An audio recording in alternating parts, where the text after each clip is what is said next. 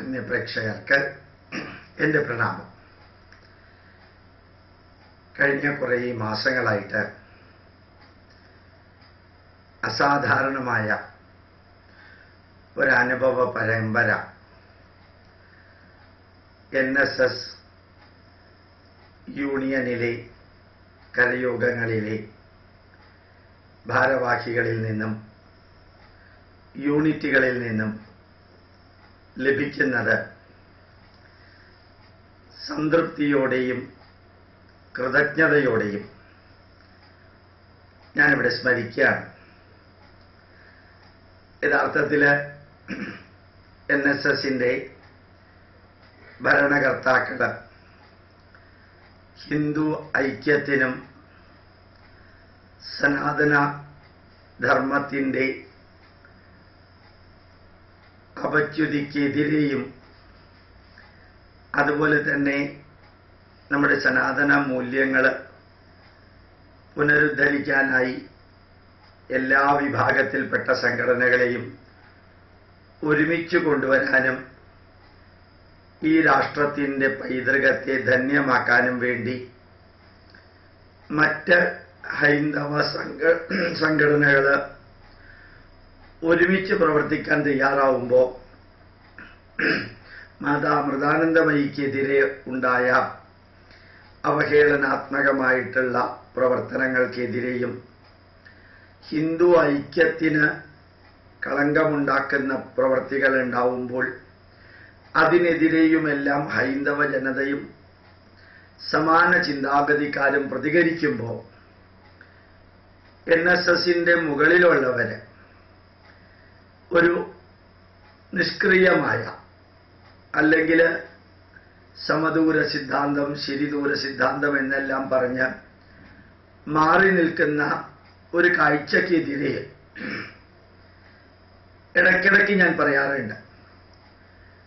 ആ പറയുന്നത് ഒരു പക്ഷേ സംഘടനയിൽ ആർക്കെങ്കിലുമൊക്കെ എതിർപ്പുണ്ടാവാതിരിക്കില്ല.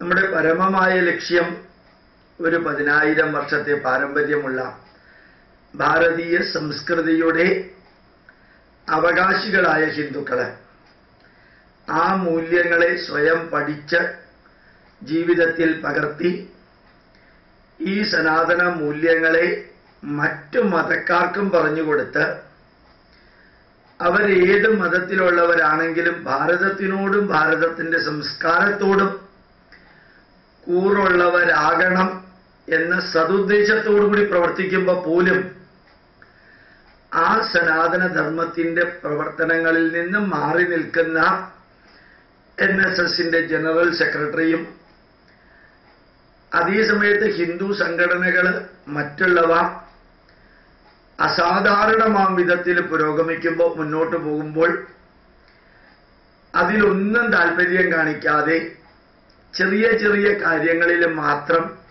ഒതുങ്ങിക്കൂടി നിൽക്കുന്ന NSSന്റെ തലപ്പത്തുള്ളവരെയും വിമർശിക്കുമ്പോൾ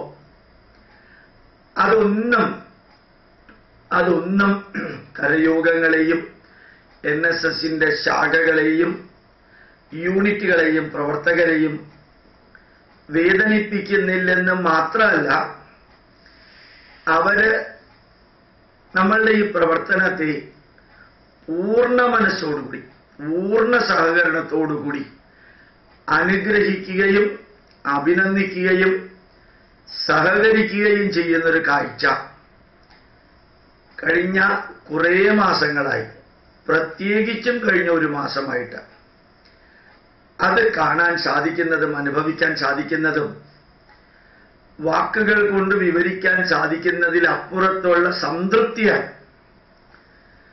ഞാൻ പാലക്കാടും തൃശ്ശൂര് എറണാകുളത്ത് കോട്ടയത്ത് ഇന്നലെ കൊല്ലത്ത് പ്രഭാഷണം നടത്തിയപ്പോൾ ഞാനിത് പറയുകയുണ്ടായി. NSSന്റെ ഏറ്റവും മുകളിലുള്ളവരെ നമുക്ക് മാറ്റാൻ സാധിക്കില്ല.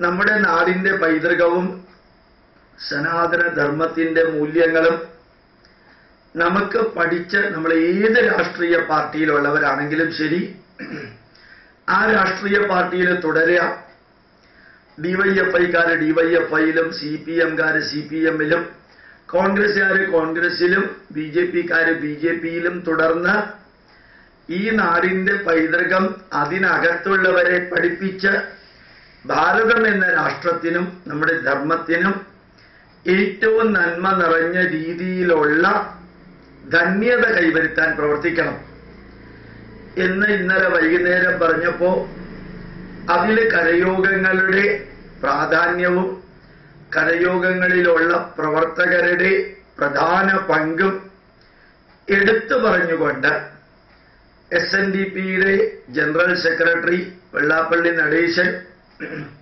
നമ്പൂതിരി മുതൽക്ക് നായാടി വരെ ഒരുമിച്ച് വരണമെന്ന് പറയുമ്പോൾ അതിൽ നായന്മാരുണ്ടാവണ്ട, അല്ലെങ്കിൽ അവര് വേണ്ട, മാറി നിൽക്കുന്നവര് മാറി നിന്നോട്ടെ എന്ന് പറഞ്ഞിട്ടില്ല.